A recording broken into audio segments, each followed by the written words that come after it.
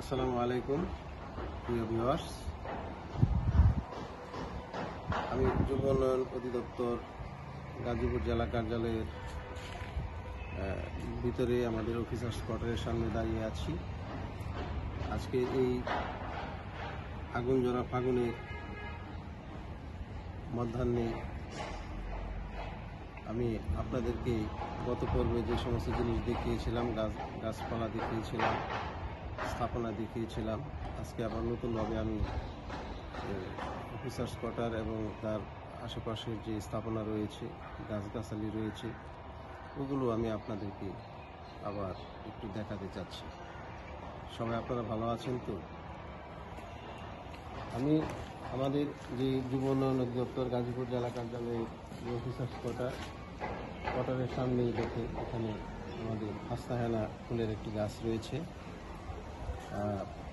এই হাস্তাহেনা ফুল নিয়ে অনেকেই অনেক রকমের কবিতা লিখেছেন, অনেককে অনেকভাবে বিশেষায়িত করেছেন এবং তার পাশাপাশি রয়েছে বেলি ফুল, যার গন্ধ অত্যন্ত চমৎকার, অনেক মিষ্টি এবং এই হাস্তাহেনা ফুলের ঘ্রাণ প্রায় আধা কিলো পর্যন্ত ছড়িয়ে যায় এবং হাস্তাহেনা ফুলের গন্ধে অনেক সময় সাপ পর্যন্ত চলে আসে, সেটাই আমরা জানি। আমাদের পাশাপাশি এখানে রয়েছে মেহেদি গাছ, যে মেহেদি ছাড়া আমাদের বিশেষ করে মা বোনেরা এটাকে খুব পছন্দ করেন এবং এটা ছাড়া তারা সম্পূর্ণভাবে অচল বলা যায়। মেহেদি বিয়ে শাদী পর্বে কাজে লাগে, অন্যান্য সময় মেহেদি রং মাথায় দেয় এবং পাশাপাশি এখানে দেখুন আরেকটি আমাদের হাস্তাহেনা ফুলের গাছ রয়েছে। অর্থাৎ এই হাস্তাহেনা ফুল গাছটিকে সবাই হাস্তাহেনা ফুল পছন্দ করে এবং এই জন্যেই এই গাছগুলিকে মানুষ বিভিন্ন জায়গায় তারা বাড়ির আশেপাশে যেখানে সুবিধা পায় এখানে লাগিয়ে থাকে। আমার সামনে এখানে দেখেন আমাদের গাছ রয়েছে, এই তেজপাতা গাছ রয়েছে, এখানে তেজপাতা লাগিয়েছে। এখানে আম গাছ রয়েছে। আম গাছের কথা আমি আগে বলেছিলাম যে আমাদের এই গাজীপুর জেলা কার্যালয়ের যে চত্বর রয়েছে, এখানে আম গাছের সংখ্যা অন্যান্য গাছের তুলনায় একটু বেশি।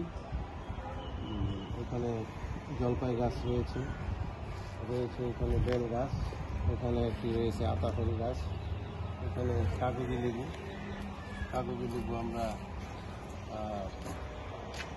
খেতে খুব সুস্বাদু এবং বিভিন্ন খাদ্যের সাথে এটাকে আমরা খেয়ে থাকি। নিচে দেখেন এখানে সস পাতার গাছ লাগিয়েছে, এখানে বিভিন্ন মশলাদের গাছ লাগিয়েছে, এখানে মূলা গাছ, এখানে লাল শাক, এখানে টমেটো গাছের বাগান এখানে করা হয়েছে। টমেটো গাছ রয়েছে এখানে এবং এখানে জবা ফুলের গাছ। জবা ফুল দেখতে অনেক সুন্দর। এগুলি সনাতন ধর্মের যারা আছেন তারা সকালবেলা বা সন্ধ্যাবেলায় তারা পুজো দিয়ে থাকেন। এখানে আমাদের আরেকটি ফুলের গাছ রয়েছে। এখানে দেখেন এখানে জাম গাছ রয়েছে, অনেক জাম ধরে এবং খেতে অনেক সুস্বাদু।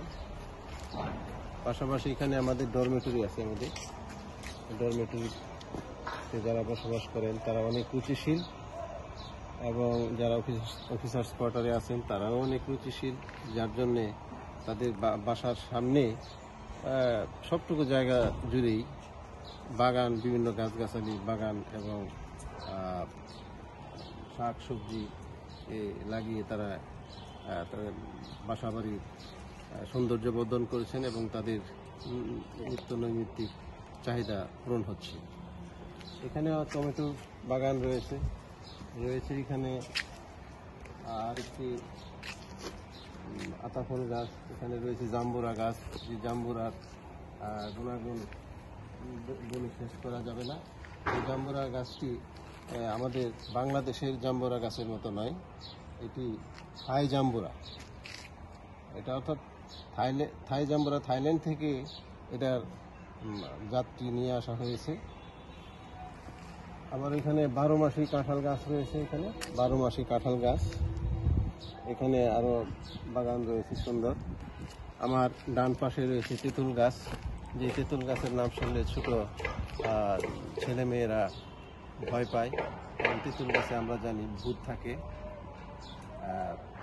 এবং আমি ছোটবেলায় পেতনি দেখেছিলাম, অনেক বড় একটি তেঁতুল গাছ ছিল, সেই তেঁতুল গাছে এর নিচে একটি পেতনি দেখেছিলাম আমি। নীল শাড়ি পরনে ছিল, দুপুরবেলা। যাই হোক, সেটা অনেকদিন আগের কথা, তবে দেখতে পারার সৌভাগ্য হয়েছিল। এখানে রয়েছে বিদেশি জাতের নারকেল গাছ। এখানে আমাদের পেঁয়াজ, মাঝে মাঝে পেঁয়াজের বাজারে এত বেশি আগুন লাগে যে এটা ধরাছোঁয়ার বাহিরে চলে যায়। এই দেখেন, এখানে আমরা পেঁয়াজ গাছও লাগিয়েছি। এখানে রয়েছে বিদেশি উন্নত জাতের আম গাছ, বিদেশি উন্নত জাতের আম গাছ রয়েছে এখানে। এখানে রয়েছে আমাদের জাম গাছ।